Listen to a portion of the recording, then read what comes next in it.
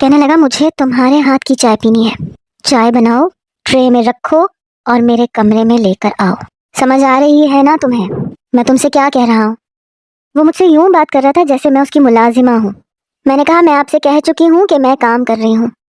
کہنے لگا مجھے انکار کا انجام جانتی ہو تم یا بھول گئی ہو؟ یاد کرواؤں تمہیں، آج بھی اسٹور روم تمہارا منتظر ہے، اسٹور روم کی سیر کرو گی؟ مجھے غصہ آنے لگا۔ میں نے کہا آپ چاہتے کیا ہیں؟ بہت اچھا لگتا ہے آپ کو دوسروں کو ڈرانا، دھمکانا، ہراساں کرنا، پریشان کرنا، اور میں نے کہا کہ اب میں 7 سال کی نہیں ہوں جو ہر بار آپ سے ڈرتی رہوں گی، جبکہ میرا دل اندر سے بڑے زور زور سے دھڑک رہا تھا، لیکن میں اس شخص سے خوف نہیں کھانا چاہتی تھی اور یہ ظاہر نہیں کرنا چاہتی تھی کہ میں ڈر رہی ہوں۔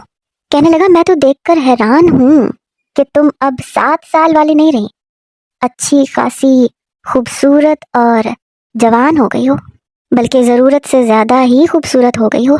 یہ کہتے ہوئے جن نظروں سے اس نے مجھے سر سے پیر تک دیکھا تھا، مجھے اپنے وجود میں چونٹیاں سی چلتی ہوئی محسوس ہوئیں۔ بڑی آگ لگاتی نظریں تھیں، ایسا لگ رہا تھا نظریں نہ ہو آگ ہو جو میرے وجود کو جلا کر جھلسا دے گی۔ کہنے لگا شاباش، چائے بنا کر میرے کمرے میں لے کر آؤ، میں تمہارا انتظار کر رہا ہوں۔ یہ کہہ کر وہ کچن سے باہر چلا گیا۔